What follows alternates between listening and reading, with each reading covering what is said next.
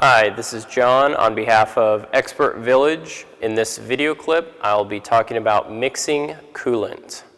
It's important that when you add coolant, you don't put the coolant in first and then add the water, because they won't mix properly and they'll eventually flow through the engine at different consistencies.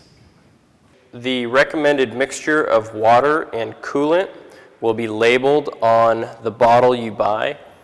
This one is labeled 50-50, meaning 50% coolant, 50% water.